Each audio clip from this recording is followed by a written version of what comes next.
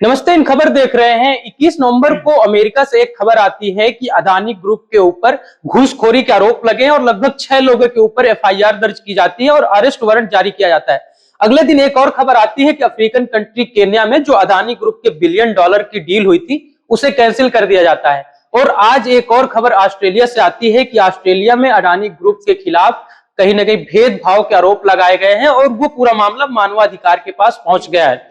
तो एक प्रकार से देखा जाए तो ये पूरा साल ही हिंडनबर्ग रिसर्च की रिपोर्ट आने के बाद फिर ये 3 दिन का प्रकरण देख ले तो लगातार अडानी ग्रुप के लिए कहीं ना कहीं सही नहीं रहे हैं। तो जिसके बाद से लोगों के मन में ये भी भ्रम था कि अगर ये पूरा प्रकरण भारत में होता है तो अमेरिका की तरफ से क्यों अरेस्ट वारंट जारी किया जाता है। साथ ही ये सवाल था कि कितने लोगों के ऊपर एफआईआर दर्ज हुई है, पूरा मामला क्या है ओवरऑल और ऑस्ट्रेलिया का क्या मामला है। चलिए विस्तार से जानेंगे। हमारे साथ यहाँ पर न्यूज रूम में अनीस उपस्थित हैं। अनीस से बात करेंगे और अनीस से विस्तार से जानेंगे क्या कुछ मामला है। अनीस, सबसे पहले ये बताइए कि लगातार लोगों के बीच चर्चा है कि गौतम अडानी जो कि अडानी ग्रुप के चेयरमैन, उनके खिलाफ एफआईआर हुई है, लेकिन जो रिपोर्ट आई है उसमें 6 लोगों के नाम दर्ज किए गए हैं।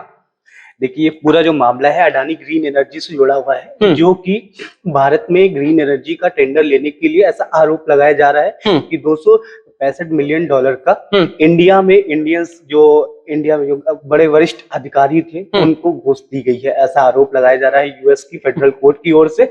और ये मामला मैं आपको बता दूं, ये अभी का नहीं है, ये इसकी जो वो दर्ज की गई थी एफआईआर, वो यूएस में 24 अक्टूबर 2024 को दर्ज की गई। लेकिन जब बुधवार को इसकी गौतम अडानी जो चेयरपर्सन है अडानी ग्रुप के, और उनके जो भतीजे हैं सागर अडानी और अन्य 4 लोगों को मैं नाम बता रहा हूँ। उन 4 लोगों के नाम है जिनके ऊपर ये आरोप लगाया जा रहा है। उनका नाम है विनीत एस जैन, रंजीत गुप्ता, इसके अलावा सैरिल कैबनिस, सौरभ अग्रवाल और दीपक मल्होत्रा, साथ ही रुपेश अग्रवाल। ये 5 और लोग शामिल हैं जिनके ऊपर ये आरोप लगाया जा रहा है कि इन्होंने इंडिया में ग्रीन एनर्जी का टेंडर पाने के लिए इंडिया के वरिष्ठ अधिकारियों को $265 मिलियन का घूस दिया है। तो ये अनीस ये बताइए, जो ये आरोप लगाया जा रहा है कि अधिकारियों को ये इतने पैसे, कितने करोड़ों में लगभग पैसे दिए गए हैं? हाँ, $265 मिलियन, जो कि 2200 करोड़ के आसपास। 2200 करोड़ रुपए घूस दिए गए हैं। तो क्या ये सरकारी गवर्नमेंट अधिकारी थे, गवर्नमेंट ऑफिसर थे? जी, आरोप में तो ये लगाया जा रहा है कि सरकारी अधिकारियों को घूस दी गई है टेंडर पाने के लिए, और टेंडर तो ऑब्वियस सी बात है गवर्नमेंट ही देती है। तो ये तो पूरा मामला भारत का होगा जहाँ पे भारतीय अधिकारी और उनको घूस देगा। तो ये मामला अमेरिका कैसे पहुंचे, ये समझाइए। ये जो अडानी ग्रीन सॉल्यूशन है, इसमें बहुत बड़ा इन्वेस्टमेंट यूएस इन्वेस्टर्स का है। ऐसा बताया जा रहा है कि $70 बिलियन जो डॉलर है वो यूएस इन्वेस्टर्स का था। तो इसमें यूएस इन्वेस्टर्स शामिल थे। तो ये मामला ये अधिकार क्षेत्र में जाता है यूएस के। 24 अक्टूबर 2024 को ये मामला दर्ज किया जाता है यूएस की फेडरल कोर्ट के अंदर। लेकिन जब बुधवार को अडानी, इन 2 लोगों पे, गौतम अडानी, सागर अडानी और 5 अन्य लोग हैं जिनका मैंने नाम अभी बताया, 4 अन्य लोगों पे, हाँ 4 टोटल 7 लोग ऐसा कहा जा रहा है। अनीस, आपने बताया लगभग 2200 करोड़ रुपए भारतीय अधिकारियों को घूस दिया गया है। सारा मामला तो भारत के अंदर ही हो रहा है। तो ये मामला अमेरिका कैसे पहुंचा, अमेरिका के क्षेत्र के अधिकार में कैसे आ गया ये पूरा मामला? देखिए, घूस की जो भी आरोप लगाए जा रहे हैं, सारा काम इंडिया में हुआ था, लेकिन अमेरिका के अंदर ये इसलिए गया क्योंकि इसमें अमेरिकन इन्वेस्टर शामिल थे। ऐसा कहा जा रहा है कि $70 मिलियन का इन्वेस्ट अमेरिकन इन्वेस्टर ने अडानी ग्रीन एनर्जी में किया था। इसलिए क्योंकि नागरिक थे अमेरिका के, तो इसलिए मामला दर्ज होता है 24 अक्टूबर 2024 को अमेरिका की फेडरल कोर्ट के अंदर। लेकिन जब पिछले बुधवार को इस पे सुनवाई की जाती है तो 6 टोटल 7 लोगों, मतलब मामला पहली बार कोर्ट पहुंचता है, फेडरल कोर्ट में पहुंचता है न्यूयॉर्क।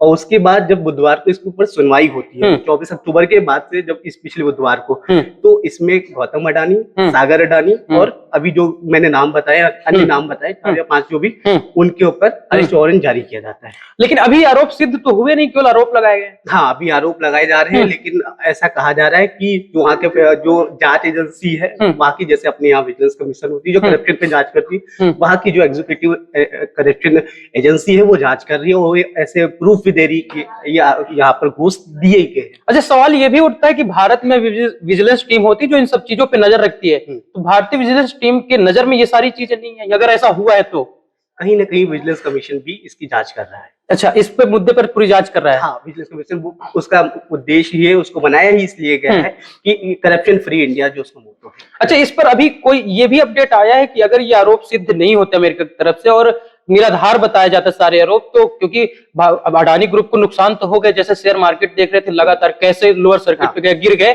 तो उससे प्रभाव तो पड़ा अडानी ग्रुप को, लेकिन ये आरोप अगर निराधार होते हैं तो उसके बाद फिर अडानी ग्रुप का क्या होगा? क्या कंपनसेशन वगैरह मिलेगा अमेरिका की तरफ से फिर? देखिए, कंपोजिशन मुझे ऐसा नहीं लगता कि कंपोजिशन कुछ भी मिलने वाला है, क्योंकि कहीं ना कहीं जो वहाँ की सेस, जो वहाँ की एग्जीक्यूटिव एजेंसी है, वो प्रूफ वो बता रहे कि हम उसके खिलाफ आपको सबूत दे सकते हैं कि इंडिया के अंदर 2200 करोड़ रुपए का घूस दी गई है सिर्फ टेंडर पाने के लिए। टेंडर पाने के लिए, हाँ। क्योंकि उससे कमाई भी बहुत अच्छी होने वाली थी, ये भी आरोप लगाया, इसलिए 2200 करोड़ रुपए घूस अधिकारियों को दिया गया। अगला सवाल ये था कि जहां तक मैं आपको बता रहा हूँ कमाई की बात है, तो उसपे जो अडानी ग्रुप का जो अभी प्रोजेक्ट जो काम कर रहे हैं, उनका ये 2030 तक एनर्जी के क्षेत्र में दुनिया, और अभी तो इंडिया में वो सबसे बड़ा मार्केट है उनका, अगर उनके मार्केट कैप की बात करें 1.85 लाख करोड़ रुपीस का है, जो इंडिया में सबसे बड़ी गवर्नमेंट के मतलब भविष्य का फायदा देखते हुए सारी चीजें की जा रही थी, आरोप ऐसे लगाए जा रहे हैं। 2030 उनका जो टारगेट था 2030 तक वर्ल्ड में सबसे बड़ी ग्रीन एनर्जी कंपनी बनने का। ठीक है, ये अगला सवाल ये था कि ये तो खबर आती है अडानी ग्रुप के खिलाफ 21 नवंबर को, अगले दिन 22 नवंबर को एक और खबर आती है और एक वीडियो सोशल मीडिया पे आता है जो कि केन्या से आता है, अफ्रीकन कंट्री से। वहां की सदन पे वहां के जो स्टेट ऑफ हेड है वो कहीं ना कहीं स्पीच देते हैं और उसमें ये कहा जाता है कि अडानी ग्रुप के साथ जो डील है हम उसको कैंसिल कर रहे हैं। तो इस पे अभी तक का क्या अपडेट है? देखिए, इसमें ना वो वहाँ की 2 डील थी। एक वहाँ जो केन्या की एयरपोर्ट अथॉरिटी है उसको वहाँ को लेकर, और दूसरा जो वहाँ की जो electric energy power supply company है उसको लेकर। इसमें मैं दोनों को बताता हूँ। देखिए, एक रिपोर्ट मैं आपको बता रहा हूँ, ये मीडिया रिपोर्ट है। अडानी एयरपोर्ट जो है वहां पर उसने 1.85 बिलियन डॉलर रुपीस का इन्वेस्टमेंट कर रही थी 30 साल के लिए। अगले 30 साल के लिए जो केन्या की राजधानी है नैरोबी, वहां का जो इंटरनेशनल एयरपोर्ट है वहां पर एक अलग दूसरा रनवे बनाने का, साथ ही 30 साल तक वो उसका मेंटेनेंस और चलाना सब कुछ वो अपने हाथ में, लगभग 2054 तक का ये डील किया जा रहा था। साल के लिए। और जो दूसरी डील थी वो दूसरी डील थी इलेक्ट्रिक सप्लाई को लेकर। इलेक्ट्रिक सप्लाई में अगर आप देखेंगे तो यहाँ पर ये 736 मिलियन डॉलर रुपीस का इन्वेस्टमेंट किया गया था, जो टोटल वो भी अगले 30 साल के लिए किया गया था। ये आरोप वहां के जो स्टेट ऑफ हेड है ये आरोप लगाया गया कि हमें सूत्रों से हवाले से खबर मिली कि कहीं ना कहीं घपलेबाजी की जा रही है अडानी ग्रुप की तरफ से, इसकी वजह से हम लोग ये डील कैंसिल कर रहे हैं, और कहीं ना कहीं सीधे तौर पर ये अमेरिका की तरफ इशारा किया जा रहा था। लेकिन इसके पहले हिंडनबर्ग रिसर्च की रिपोर्ट भी आई, लेकिन उस समय वहां के हेड ऑफ स्टेट कहीं ना कहीं अडानी ग्रुप के पक्ष में खड़े हुए थे, लेकिन इस बार ये डील कैंसिल कर दी गई। देखिए, जब पिछले साल या 1 साल पहले जो रिपोर्ट आई थी हिंडनबर्ग की, तब भी ये आरोप लगाए जा रहे थे, और ये जो डील है वो आज की नहीं है, तकरीबन 1 साल होने वाला है, जो स्पेशली मैं केन्या की बात कर रहा हूँ। लेकिन उस समय जो यहाँ पर स्टेट ऑफ हेड थे विलियम रूटो, वो उनको सपोर्ट करते हुए देखिए, स्पेशली रिपोर्ट्स में ये भी आया कि वहाँ के जो वरिष्ठ अधिकारी थे वो भी कहीं ना कहीं अडानी ग्रुप को बचाते हुए नजर आए। लेकिन ये कहीं ना कहीं एक यूएस का कह सकते हैं डिप्लोमेटिक पावर देखने को मिली कि अफ्रीका जैसे छोटे देश भी आज अडानी के खिलाफ खड़े। अच्छा, एक सवाल ये भी उठता है कि आपने जैसे बोला डिप्लोमेटिक पावर, तो जैसे अमेरिका ने आरोप लगाया, घूसखोरी का आरोप लगाया, और ये डील कहीं ना कहीं और जो दूसरे देश है वो कैंसिल कर रहे हैं, तो सवाल ये उठता है कि जैसे बांग्लादेश है, श्रीलंका है, ये सब कहीं ना कहीं अमेरिका के बहुत क्लोज है, तो इनके साथ जो डील है, क्योंकि अडानी ग्रुप इन क्षेत्रों में काफी प्रभावशाली है और कई ज्यादा एयरपोर्ट, मतलब जो पोर्ट वगैरह है, सारी चीज बनाए रखे हैं, और वहां से कहीं एनर्जी और पोर्ट्स और एयरपोर्ट में 3 जगह। तो क्या उस पे भी प्रभाव पड़ सकता है अडानी ग्रुप को? देखिए, मैं आपको बता रहा हूँ कि अगर स्पेशली अगर अडानी ग्रुप जो है वो खासकर अभी अफ्रीका में बहुत टारगेट कर रहा है। तंजानिया के अंदर अगर आप देखेंगे 900 बिलियन डॉलर फीस का वो इन्वेस्टमेंट करना चाहता था। इसके अलावा अफ्रीका की और कंट्रीज में वो अपना इन्वेस्टमेंट कर रहा है। तो मुझे लगता है कि अगर केन्या उसका डील कैंसिल भी करता है तो प्रभाव तो पड़ेगा, बहुत बड़ा अमाउंट है। अगर नैरोबी बड़े शहरों में आता है अफ्रीका के, और अच्छे शहरों में आता है नैरोबी, तो वहां का अगर 30 साल के लिए अगर मिलता है तो कहीं ना कहीं अडानी जो एयरपोर्ट कंपनी है उसके लिए बहुत बेनिफिशियल रहता है, और अडानी ग्रीन एनर्जी के लिए बहुत अच्छा रहता है कि वहां की इलेक्ट्रिक सप्लाई का मिल जाता। लेकिन नहीं मिलने से मुझे लगता है उतना प्रभाव नहीं पड़ेगा, क्योंकि अभी कहीं ना कहीं वो तंजानिया के अंदर, इसके अलावा अफ्रीका की बहुत सी कंट्रीज के अंदर जो छोटे छोटे देश है वो आज खुद अप्रोच कर रहे हैं अडानी ग्रुप्स को। अच्छा, ये अभी मैंने बोला कि ये तो दो दिन का टर्नओवर था कि किस प्रकार से होगा। एक खबर और आती है कि ऑस्ट्रेलिया में भेदभाव का आरोप लगाया जाता है, तो इससे भी कुछ असर पड़ेगा अडानी ग्रुप को।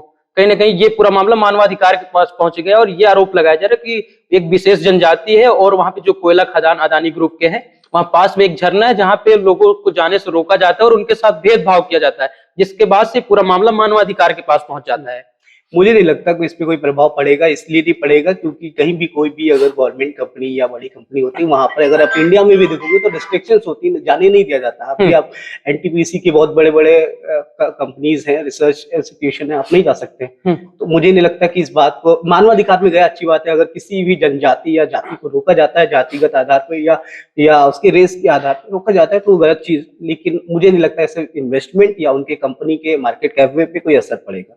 तो हमारे साथ अनीस थे जो कि लगातार ये जो अडानी ग्रुप से जुड़े खबरें आ रही थी उसको लगातार कवर कर रहे थे और काफी विस्तार से भी इन्होंने बताया कि ये जो सारा प्रकरण हो रहा है इससे जो अन्य देश है जहां पर अडानी ग्रुप अपने प्रोजेक्ट लगाना चाहते हैं वहां पे भी असर पड़ सकता है। लेकिन ऑस्ट्रेलिया में जो ये मामला सामने आया है कि एक प्रकार से मानवाधिकार का आरोप लगाया गया और लगातार देखा जा रहा है ये साल ही अडानी ग्रुप के लिए सही नहीं रहा। पहले हिंडनबर्ग रिसर्च की रिपोर्ट आती है जिसमें आरोप लगाए जाते हैं, उसके बाद से अमेरिका की तरफ से खबर आती है, फिर केन्या की तरफ से खबर आती है और आज ऑस्ट्रेलिया की तरफ से खबर आई जिसमें अडानी ग्रुप के खिलाफ आरोप लगाए गए। लेकिन इस पूरे मामले पर आप क्या सोचते हैं हमें कमेंट बॉक्स पर जरूर बताएं। धन्यवाद।